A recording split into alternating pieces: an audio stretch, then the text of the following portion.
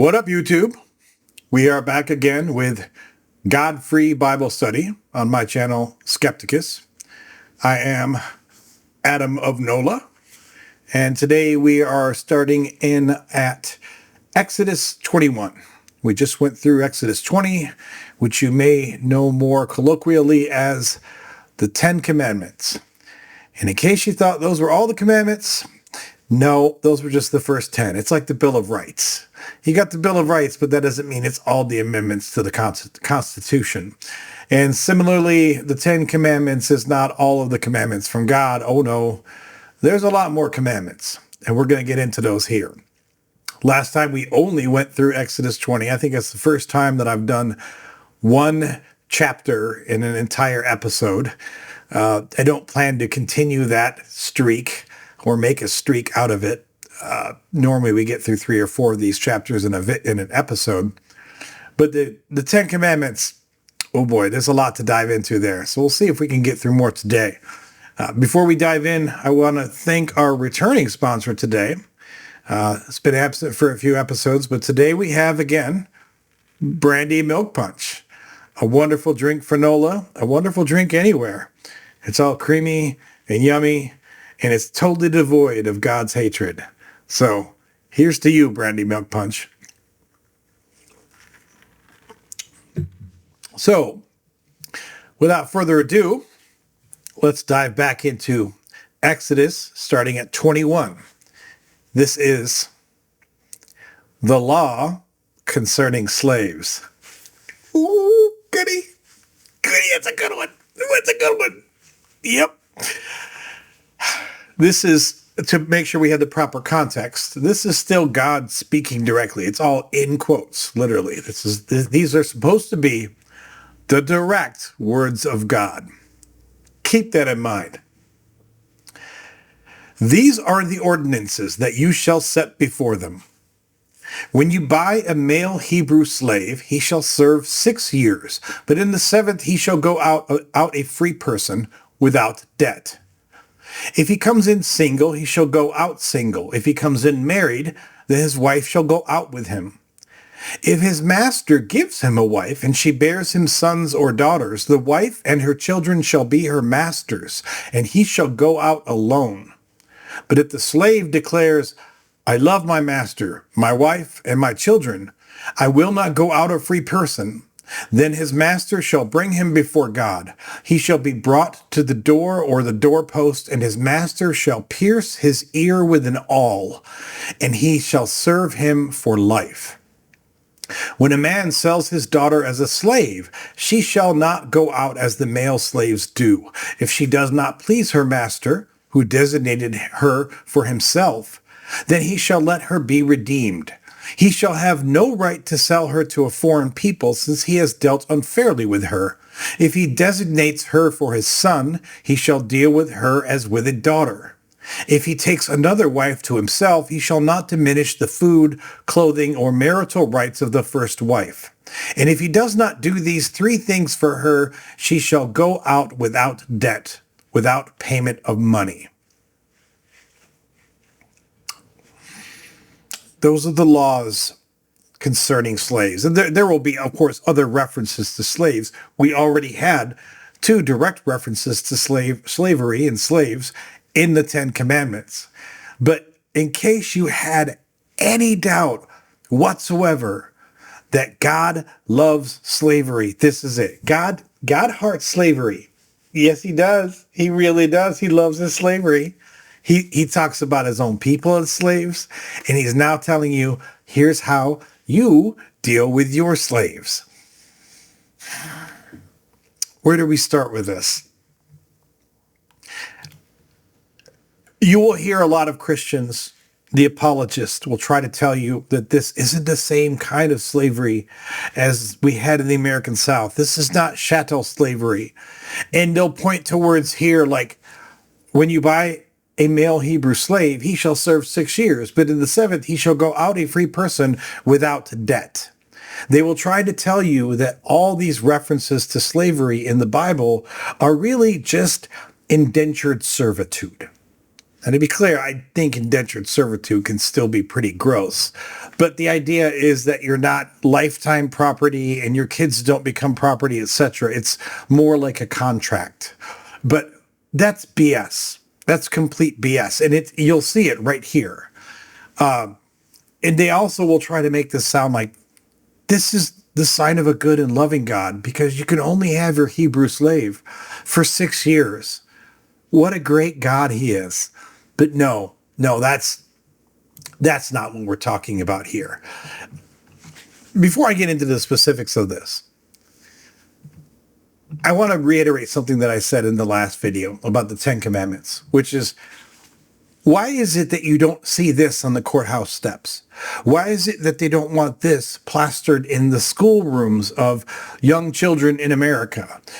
Even with the 10 Commandments, they only want to put up the sanitized, cowardice version where they have taken out all the references to vengeance and slavery, etc. But then you have this. Now, granted, this is not the 10 Commandments. It is quite literally the 11th commandment. So maybe it's not as important as the 10 Commandments. But like I said, we already referenced slavery twice in the 10 Commandments, although you normally don't hear that from the pulpit. And then now, the very next thing that God feels like he needs to address is how to handle your slaves. Yeah. This is an explicit endorsement of slavery. This isn't like, well, it's an evil of the day, and we just reference it in the text because that's what happened back then. No. When God is laying out the commandments for his own people, he says, hey, here's how you deal with your slaves. And then any inference that this is somehow humane is disgusting. Let me read this again. If he comes in single, he shall go out single. If he comes in married, then his wife shall go out with him. If his master gives him a wife and she bears him sons or daughters, the wife and her children shall be her master's, and he shall go out alone. Let's be crystal clear with that. You come into slavery for this guy. You're a Hebrew slave, so hey, you're only in for 6 years, right? Maybe that's not a bad deal. Maybe you're in a tough spot. Maybe you put yourself in this situation. But then your master is probably going to say, hey, look at this. I got this woman over here. Are you into her? Is she into you? Do you guys want to get married and have kids? Because if you do, then when you leave, you have two choices. You can either A, leave your wife and kids there and go free. That's pretty crappy. Or B, you can say, oh, well, I guess I'm in for the long haul now. Notice that regardless of whatever choice you made, your wife and whatever kids that you guys had together are your masters for life. That is chattel slavery. Don't make it chattel slavery. It depends on how I've heard it pronounced both ways. That is chattel slavery. If there is someone, anyone, man, woman, or child, who is the lifetime property of this owner, and then their kids become the property of this owner, that is chattel slavery. There are no ifs, ands, or buts about that. And it's really gross what it says, because it says, but if the slave declares, I love my master, my wife, and my children, I will not go out a free person. That's not loving your master. That's just being stuck. You're stuck there because now you have a wife and a kid or multiple kids. And what are you going to do? You don't want to leave them. You don't want to abandon them. So you're going to declare, I love my master. Yes, master. That is so gross. We all know that this isn't love. This is you just acceding to your situation, because what else are you going to do? And then this practice. Then his master shall bring him before God. He shall be brought to the door or the doorpost, and his master shall pierce his ear with an awl, and he shall serve him for life. Does that sound familiar? It should, because this is tagging cattle. If you've ever been to a livestock, a farm where they have livestock, milk cows or beef cows, whatever, they have tags in their ears, like earrings that are punched through the ear. That's what this is. So if you are a slave, which in this case, the apologist will try to tell you, no, it's not really like a slave. But if you have kids there and you don't want to abandon them and leave them to a life of slavery on their own, you have now become a lifelong slave yourself, and we are going to tag you like cattle. Yeah, that's a loving God right there. And then the next paragraph, it gets worse. When a man sells his daughter as a slave, she shall not go out as the male slaves do. I have to admit, I don't know when I read that the first time, but I didn't even know that, like, a dude would sell his daughter as a slave. Oh my gosh. I mean, again, the apologists will try to make this out like indentured servitude. Like, it's not that bad. It's basically a job and you're living with the master and you're treated well. Bullshit. Anytime you are selling your daughter into slavery, I don't care if it's to pay a debt or whatever, that is chattel slavery, and it's disgusting. And to think that God is specifically endorsing this behavior, yes, take your daughter and sell her as a slave. It is really just so disgusting. And you will hear the Christian apologists that will actually try to twist this as though this is some version of humanity or compassion, because it says, if he takes another wife to himself, he shall not diminish the food, clothing, or marital rights of the first wife. Wow. Thanks for that.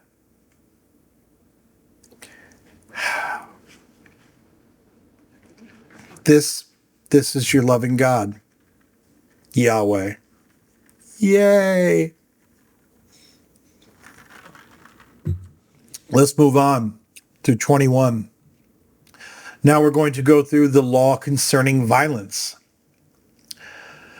Again, I will read through this whole law and then we'll talk about some notes. Whoever strikes a person mortally shall be put to death. If it was not premeditated but came about by an act of God, then I will appoint for you a place to which the killer may flee.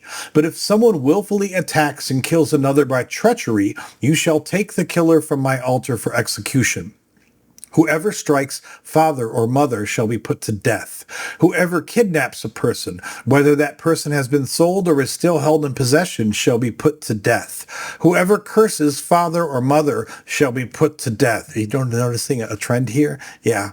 When individuals quarrel and one strikes the other with a stone or fist so that the injured party, though not dead, is confined to bed, but recovers and walks around outside with the help of a staff, then the assailant shall be free of liability except to pay for the loss of time and to arrange for full recovery. When a slave owner strikes a male or female slave with a rod, there we go again, how to treat your slaves. When a slave owner strikes a male or female slave with a rod and the slave dies immediately, the owner shall be punished. But if the slave survives a day or two, there is no punishment, for the slave is the owner's property.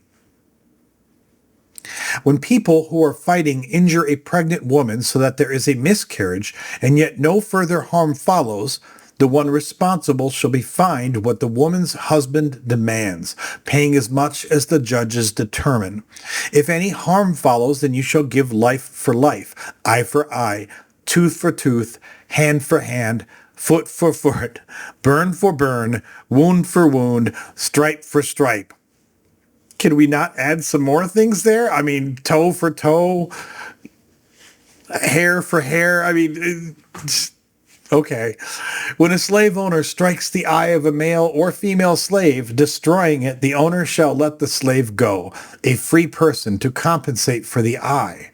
If the owner knocks out a tooth of a male or female slave, the slave shall be let go, a free person, to compensate for the tooth.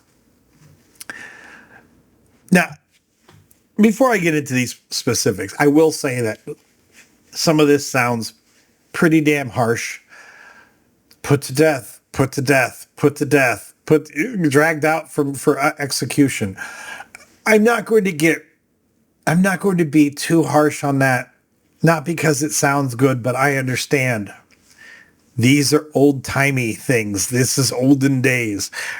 They didn't exactly have penitentiaries and rehabilitation programs. So I'm not going to say that I'll never mention it, but we'll try to keep that to a minimum because old timey justice is not the same as today's justice. That being said, there's still some weird stuff here. Whoever strikes a person mortally shall be put to death. If it was not premeditated but came about by an act of God, then I will appoint for you a place to which the killer may flee. I love that, first of all, it says, if it was not premeditated but came about by an act of God. How is striking someone else ever an act of God? I think they're trying to infer this idea of manslaughter, where you can cause harm to someone up to and including death. And it may not be that you were trying to kill them per se, but you can still be responsible for their death. Or maybe they mean if it was not premeditated but came about by an act of God. Are they trying to infer like a crime of passion here? I don't know. Because to me, it's one thing if I'm just, I don't know, swinging my arms blindly and you walk into my strike and I harm you, as we all do. But I don't know how you strike someone mortally, but it's not premeditated and it came about by an act of God. I can understand not premeditated. I guess if I was, I don't know, sharpening a sword one day and I was swinging it to see how it felt, I could accidentally strike you with it and kill you. That's not premeditated. But how would we call that an act of God? Like, the term act of God here, I think is, to me, act of God are things like nature, a storm, lightning, floods, plagues, things like that are acts of God. But the idea that I swung a fist or something and somehow killed you, but it wasn't premeditated and it was an act of God. Sure. And it says, I will appoint for you a place to which the killer may flee. Where is this place? Like, is it a pen? Is it like an old timey prison? Is that what it is? Or is it just like you need to go two mountains over, or two valleys over and live there? Are there any hardcore like Hasidic Jews or something that have some representation of this in the modern world? Like we're a place where you have to go to if you killed someone, but not on purpose? That's interesting to me. Whoever strikes father or mother shall be put to death. That, even by old-timey standards, like, dude, really?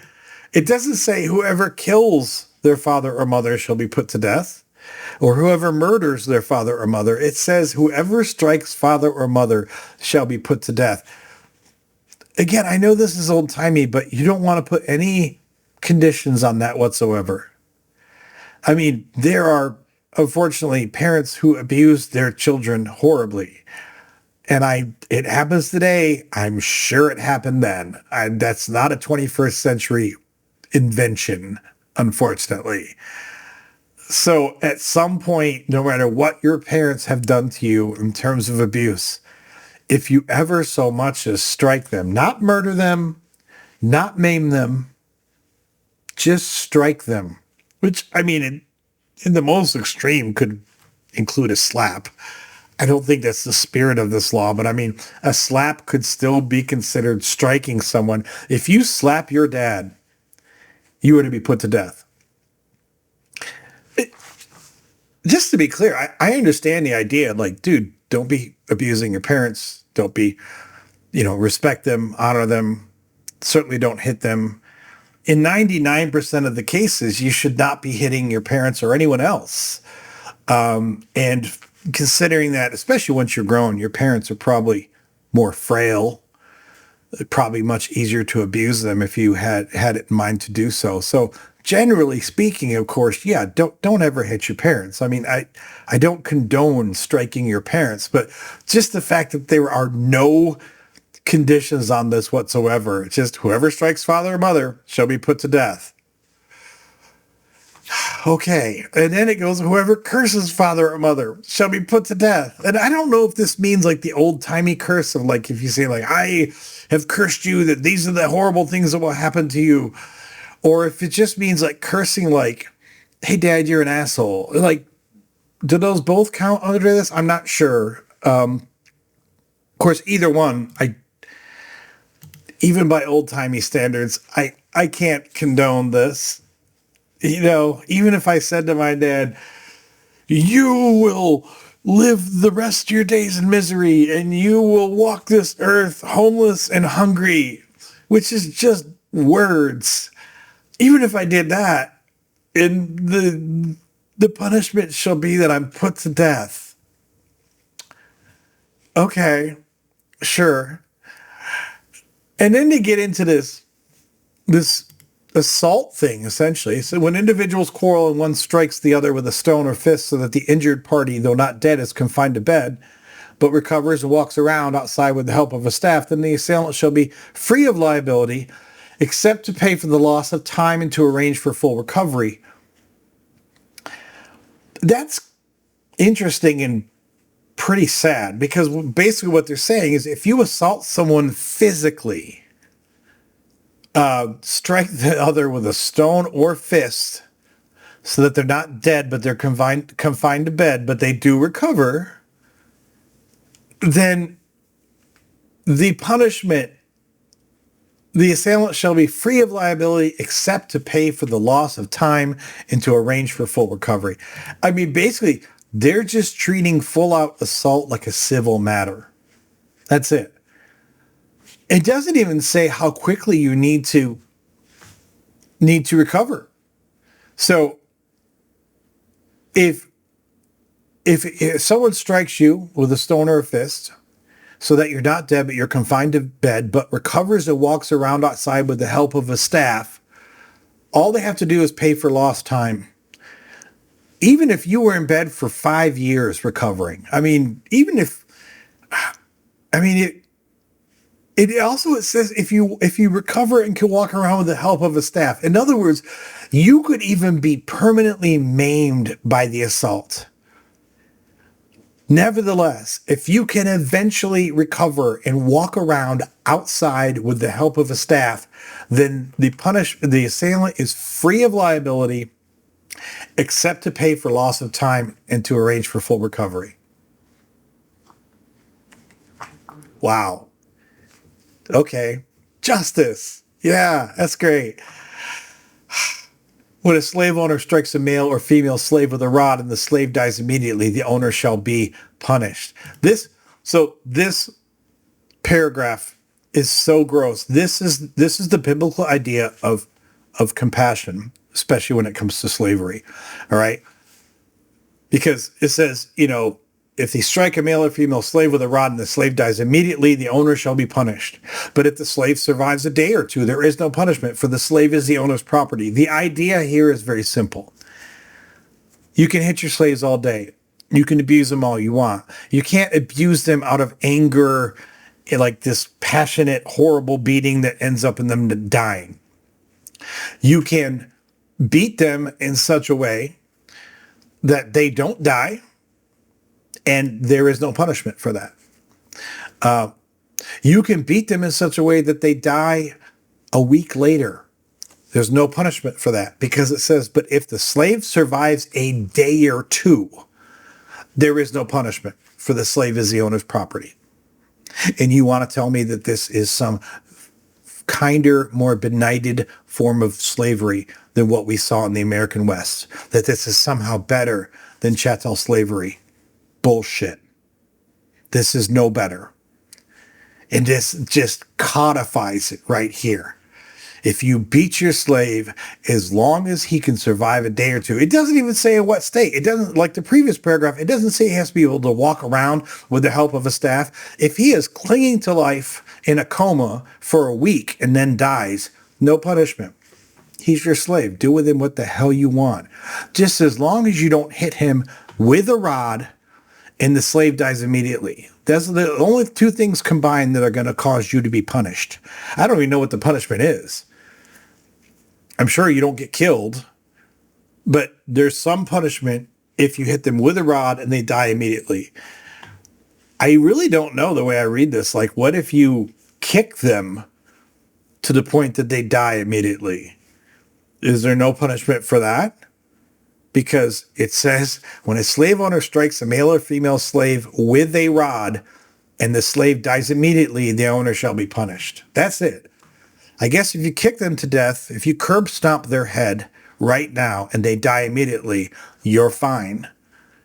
Or if you beat them senseless with a rod, but as long as they don't die immediately, they survive a day or two, you're fine. Compassion. Yeah. Biblical compassion, the loving God. That's great. Then we're talking about the pregnant women. This is weird. I don't understand this.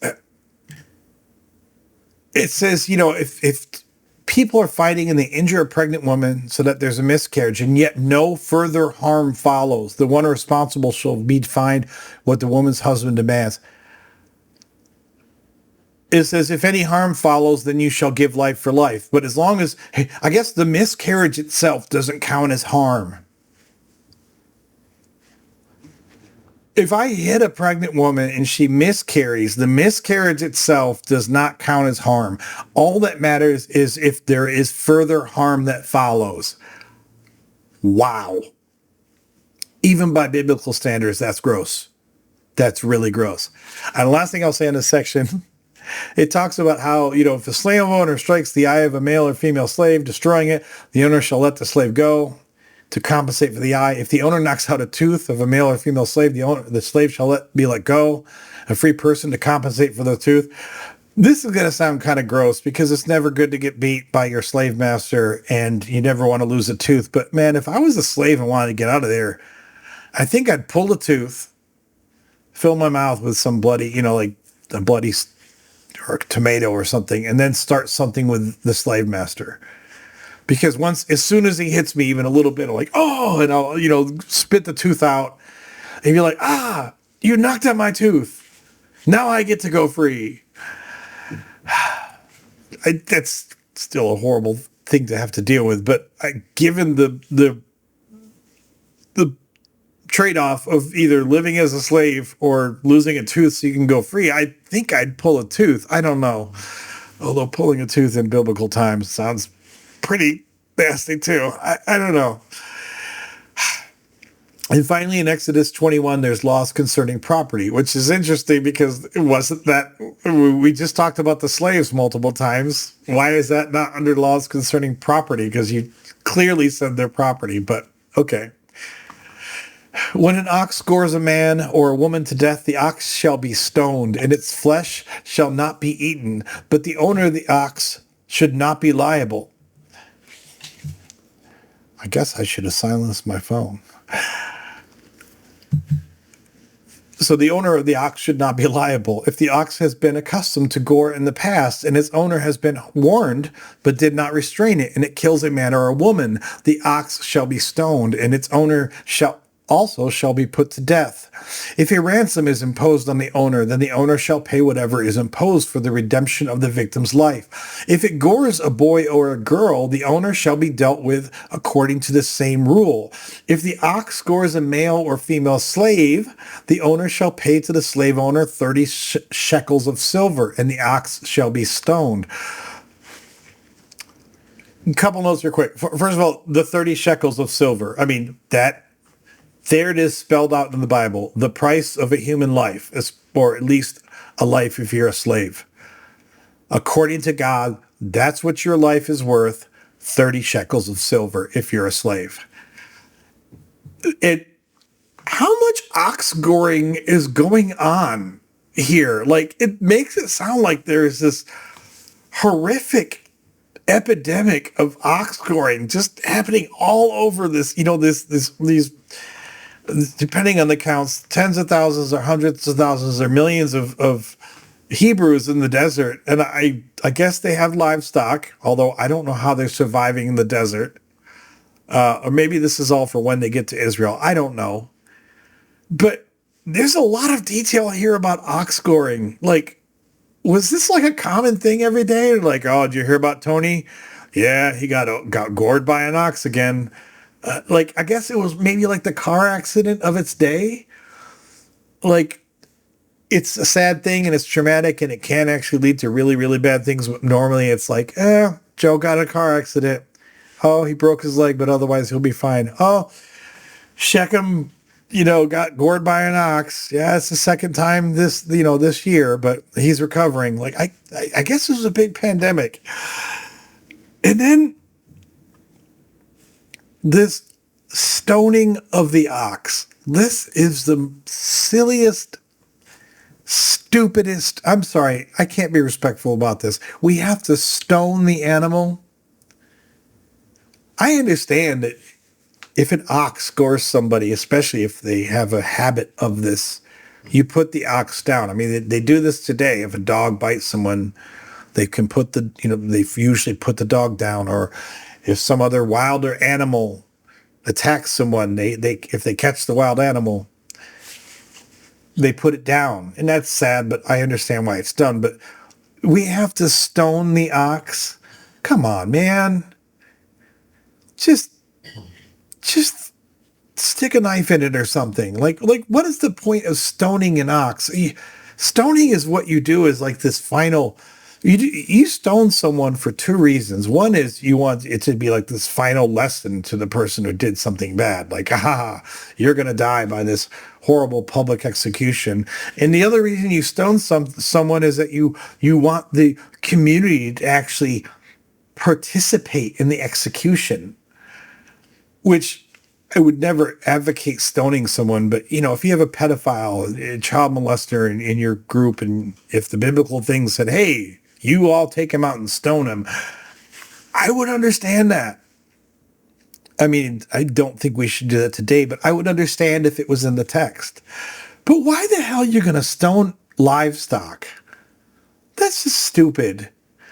Come on, man. And the rest of this, if someone leaves a pit open or digs a pit and does not cover it, and an ox or a donkey falls into it, the owner of the pit shall make restitution, giving money to its owner, but keeping the dead animal. If someone's ox hurts the ox of another, these oxen are just, must be really violent. If someone's ox hurts the ox of another so that it dies, then they shall sell the live ox and divide the price of it. And the dead animal they shall also divide. But if it was known that the ox was accustomed to gore in the past, and its owner did not restrain it, the owner shall restore ox for ox, but keep the dead animal. I also wonder, like, nowhere here does it just say it's livestock. I mean, they do mention a few other animals in a few places as ox or donkey at one point. But so much here is specific to ox. Like, were ox the only, it was an ox the only animal that was causing any problems? I mean, it's rare, but, did they have horses? Because horses can trample people. I mean, even cows can trample people. I don't know if you realize. I mean, I know an ox is kind of a version of a cow. But other farm animals can hurt people. Like, did they not have any other farm? I'm not sure. That's strangely specific, but okay. It says laws concerning property, but it's really laws concerning oxen, oxes. That's strange. That's Exodus 21. We're going to have a brief message from our sponsor, Brandy Milk Punch.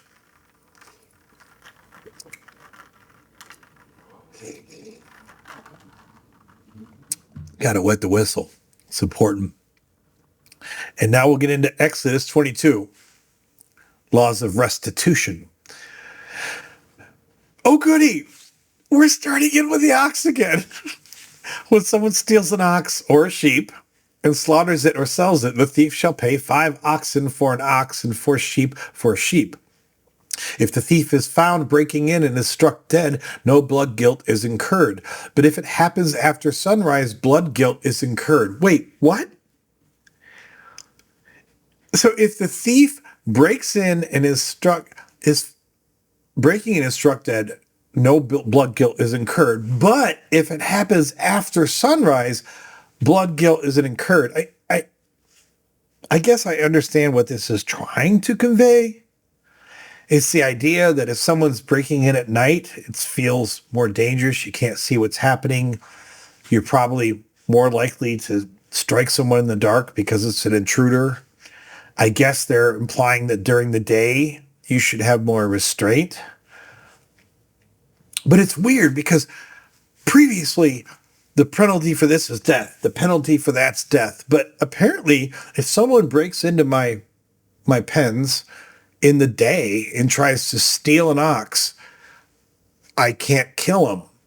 But if they break in at night, I can. Sure. The thief shall make full restitution, or, if unable to do so, shall be sold for the theft. That's okay. I mean, more slavery, but I get it. It says restitution. When the animal, whether ox or donkey or sheep, is found alive in the thief's possession, the thief shall pay double. When someone causes a field or vineyard to be grazed over or lets livestock loose to graze in someone else's field, restitution shall be made from the best in the owner's field or vineyard. This is, I just have a note here that this is an interesting commentary on the ideas of land use back then. I think that it was much more common that if someone had herds of, flocks of sheep or herds of ox or whatever, that it was expected that they could kind of roam the land to feed their animals, even if that was your land.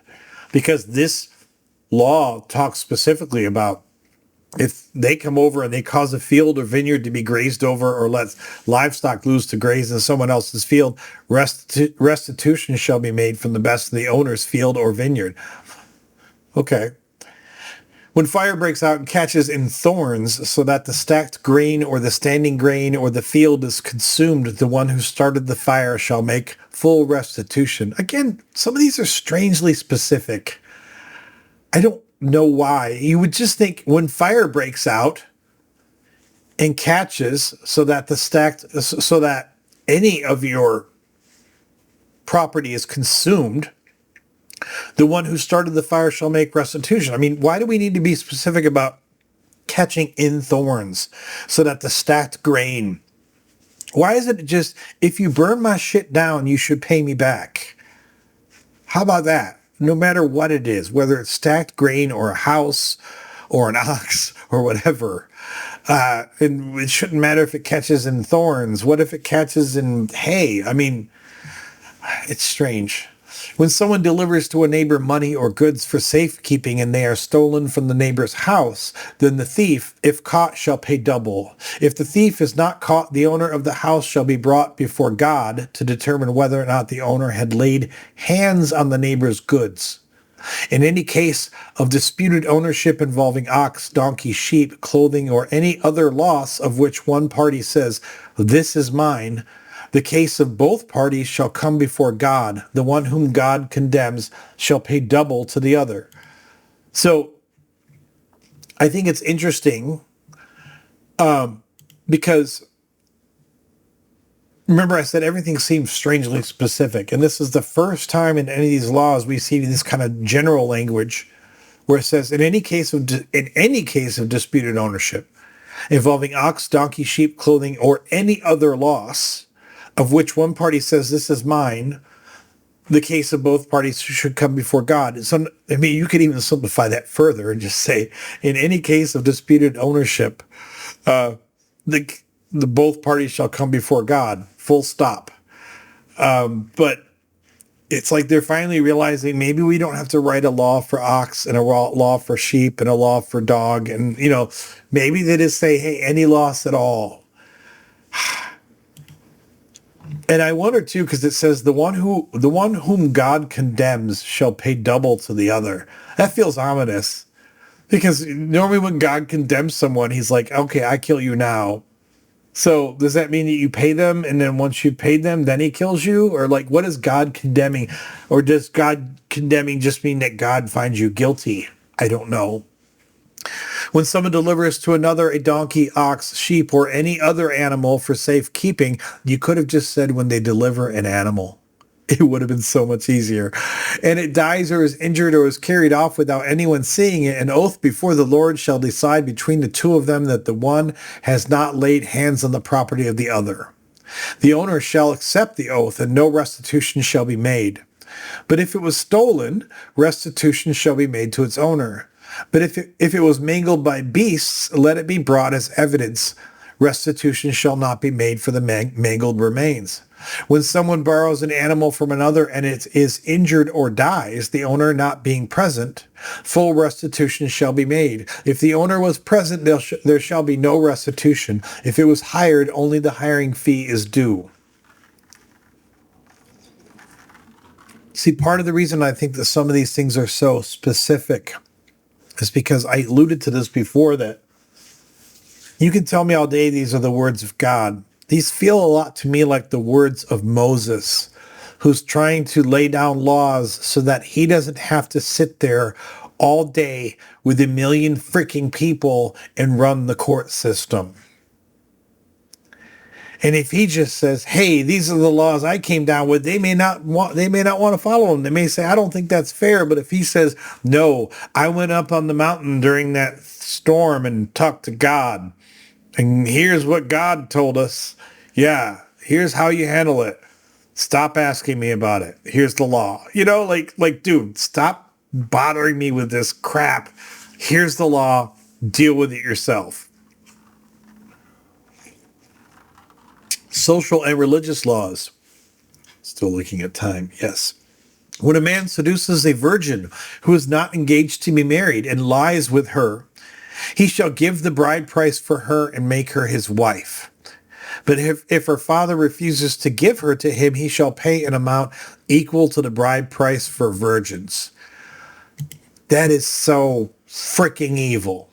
When a man seduces a virgin who is not engaged to be married and lies with her, he shall give the bride price for her and make her his wife. I know that when I read this when I was younger, this didn't strike me as being so horribly wrong, because if I read it in a 21st century context, when I was in high school, I seduced my girlfriend, and she was a virgin. I was too. And although we didn't get married, I think at the time we thought we were in love and that was going to happen. So, I can pay the bride price for her and make her my wife. When you put it in this 21st century context, it doesn't sound so horribly gross because there's this implied idea of consent. But unfortunately, this, as it's written and as it has been applied over and over and over again throughout time, doesn't require consent.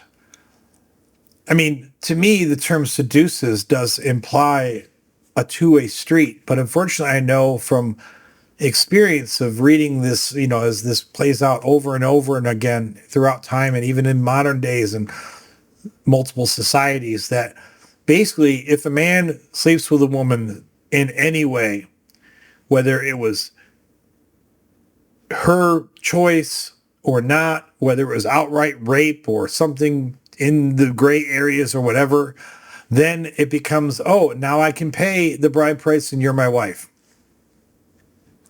So gross. So gross. But that's okay, because it gets better. You shall not permit a female sorcerer to live. That is the next line.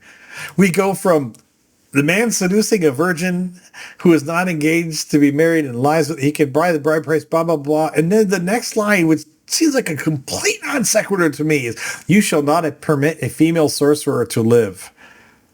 The hell? Where the hell does that come from? And why is it female? I mean, I know that in some translations it just says witch, which is a female sorcerer. But what about male sorcerers? I guess male sorcerers are fine. You could be a male sorcerer all day long, but if you're a female sorcerer, you need to be killed. Do not permit them to live. That, I'll tell you, I mean, there's so much in the Bible that just has a complete legacy of pain and torture and death and sorrow over time. But this is absolutely one line that how many people have been killed because of this line of text? Completely innocent people. Because when I say innocent, let me be clear to you. Of course, as an atheist, I don't believe there even is such a thing as a sorcerer. But even if the woman was in her cottage doing Eye of Newt and Wing of Bat and all this crap and was trying to do spells, who freaking cares? Who cares? There's no magic. And you know who should know that? God should know that. I mean, if you really want to look at this, here's another way to look at this. Just as God is truly endorsing slavery, not just by telling you how to do your slaves, but also having all this mentions of slavery and just treating it like an everyday thing. The fact that God puts in here this explicit reference to a female sorcerer is really God saying, yes, sorcery is real. Which, I mean, if you don't think sorcery is real at all, then why is it that someone trying to be a sorcerer and also having the crime of having a vagina, trying to be a sorcerer while owning a vagina, why would that be any kind of crime? I mean, if I play a fantasy role-playing game and I pretend to be a magician, should I be put to death? And yes, I know that during the 80s there were some people who thought, yeah, you should. But really, I mean, should I be put to death for that? I mean, there is no such thing as magic. It's a game. I'm playing a fantasy game. Should I be killed for that? But here, if he's saying that the penalty is death, to me, that is also tantamount to God saying that sorcery is real, which is incredibly damaging. That there is this divine endorsement of this ridiculous idea that in turn has been used as a basis for murder throughout history. Whoever has intercourse with an animal shall be put to death. I think having sex with animals is disgusting and should be punished. Death, okay, it's old-timey, sure. Whoever sacrifices to any god other than the Lord, which, Chad, whoever sacrifices to any god other than Chad alone shall be devoted to destruction. What does that mean? If you sacrifice, first of all, it doesn't say whoever sacrifices to any fictional god, false god. It just says any god. Once again, we're pretty much confirming that there are other gods. And then it doesn't say shall be put to death. It says shall be devoted to destruction. Now, I guess I could argue that devoted to destruction kind of sounds like a poetic way to say that we're going to kill them. But how is it everything else is put to death, not allowed to live? And then this person, the one who sacrifices to any god other than the Lord alone, shall be devoted to destruction. By the way, if anyone out there is starting a metal band, your metal band should be called Devoted to Destruction. You're welcome. I won't even charge you for that. Yeah, that would be an awesome name for a metal band. I don't know if it's a good way to try to define punishments in the Bible, but hey, I'm not God. You shall not wrong or oppress a resident alien, for you were aliens in the land of Egypt. You shall not abuse any widow or orphan. If you do abuse them, when they cry out to me, I will surely heed their cry. My wrath will burn, and I will kill you with the sword, and your wives shall become widows, and your children orphans. Let me read this first line again, in case certain people in America didn't quite catch this. You shall not wrong or oppress a resident alien. For you were aliens in the land of Egypt. What part of that sentence do you not understand, you illiterate jerk? You shall not wrong or oppress a resident alien, for you were aliens in the land of Egypt. I normally have not tried to make this series a political series, but if that offends your political sensibilities, I couldn't care less. Go to hell. You shall not wrong or oppress a resident alien, for you were aliens in the land of Egypt. And if that's a problem for you, find a new damn religion, you hypocrite. If you lend money to my people, to the poor among you, you shall not deal with them as a creditor. You shall not exact interest from them. If you take your neighbor's cloak as guarantee, you shall restore it before the sun goes down, for it may be your neighbor's only clothing to use as a cover. In what else shall that person sleep? And when your neighbor cries out to me, I will listen, for I am compassionate. Yeah, you are.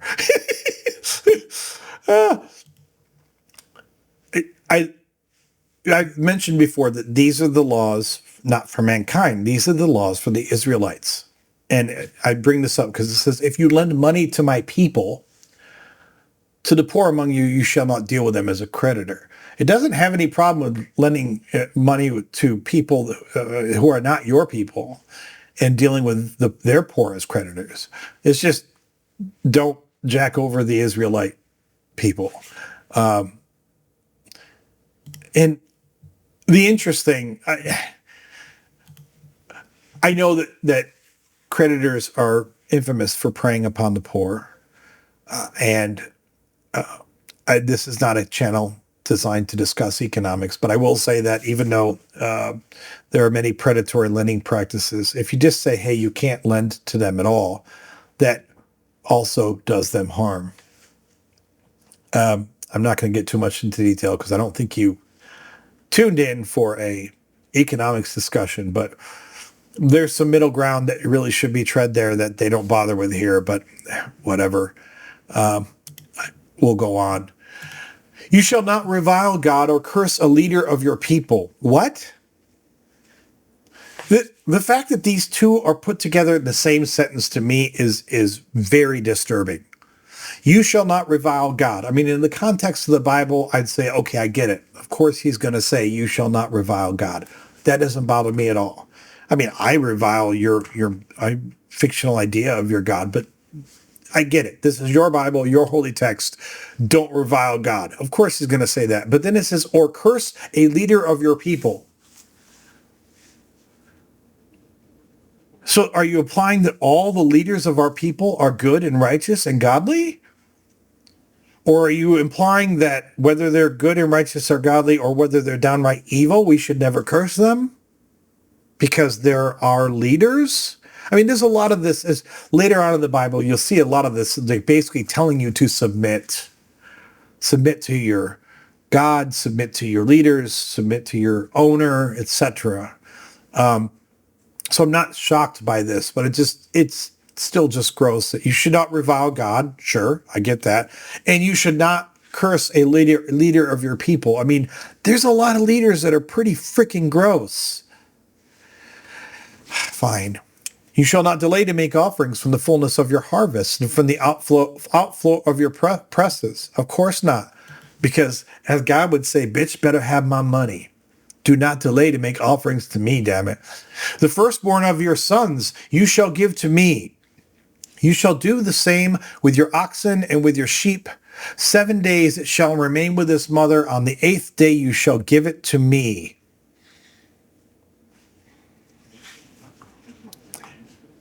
I'm going to say this again just to make sure that you all caught this. The firstborn of your sons you shall give to me. What does that mean, give to me? Well, you shall do the same with your oxen and with your sheep, which is nice to know that my firstborn son is on the exact same level as the firstborn son of a cow or a sheep. Thanks for that. 7 days it shall remain with its mother. On the 8th day you shall give it to me. If it's not clear already, let me just tell you what this means. This is a call for human sacrifice. Now, I know, here's what the apologists are all going to scream. Several chapters ago, he also said, your firstborn is mine. But then, almost in the same breath, he said, but you can redeem your firstborn. Basically, when your firstborn is born, you can do a sacrifice, which allows you to keep your firstborn. If you don't have something to sacrifice, I don't know what that means in God's legalistic terms. But it did say earlier that your firstborn is mine, but oh, by the way, you can redeem him. In other words, buy him back by doing a sacrifice. So if we take all of this in its entirety in context, it does seem strange to think that that would not also apply here. But I will also point out that here in this seminal text, right after the Ten Commandments, and now we're handing down the more of these laws, he says, you're going to give me your firstborn son. It will remain with his mother for 7 days, and on the 8th day you shall give it to me. And there is no mention here of redemption, of how you redeem the child. Again, I realize that it was mentioned several chapters ago, so I'm not going to say to you definitively that this is a clear call for child sacrifice, but this is the same God who specifically instructed Abraham to sacrifice his son. And yeah, I know you're going to scream, oh, but he stopped him at the last second. He's playing games to make sure you're willing to do it. And then now here, he says several chapters ago that, well, the firstborn's mine, but you can redeem him, basically make a sacrifice and you can keep him. And now we get this strange reference again to the firstborn being mine, and there's no mention of how to redeem him.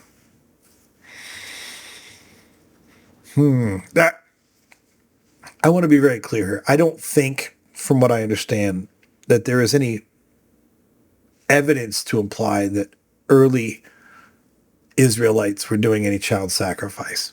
There was child sacrifice happening all around them. Like the Canaanites were kind of infamous for doing child sacrifice for their god Moloch, one of their gods.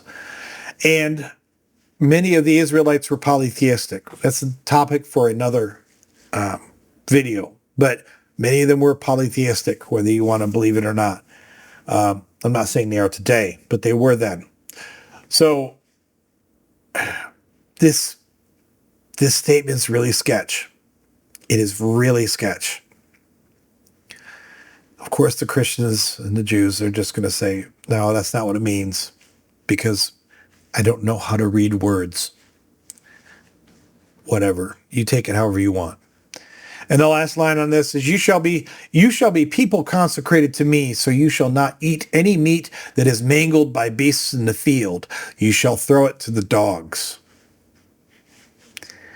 I mean, generally speaking, I don't really want to eat something that's already been fed on by some animal in the wild, but it does seem sad to think that if I had an ox and it just got harmed by an animal, but didn't die right away, and then I saw it die, right then, this big fresh ox, and I can't eat it, I don't know. Whatever. That's not really a big deal to me. That is Exodus 22. So we've gone through Exodus 21 and 22. More of these joyful laws, more of the wonderful words of the loving God. Yay. So next time, when we go through this again, we will be going through more laws in Exodus 23. There's a lot of laws. There aren't a lot that make much sense, but there's a lot of laws. So join us again next time. If you are still with us, then I'm sorry for your life choices, and I hope you get better activities to do in your free time. But thank you for joining. I hope you're getting some value or enjoyment out of this series. I know I am. I guess that's all that really matters. It's my channel. But if you are one of the people who's made it to the end, and I know both of you probably by name, then thank you for being here. And I hope to see you in the next installment of God-free Bible study.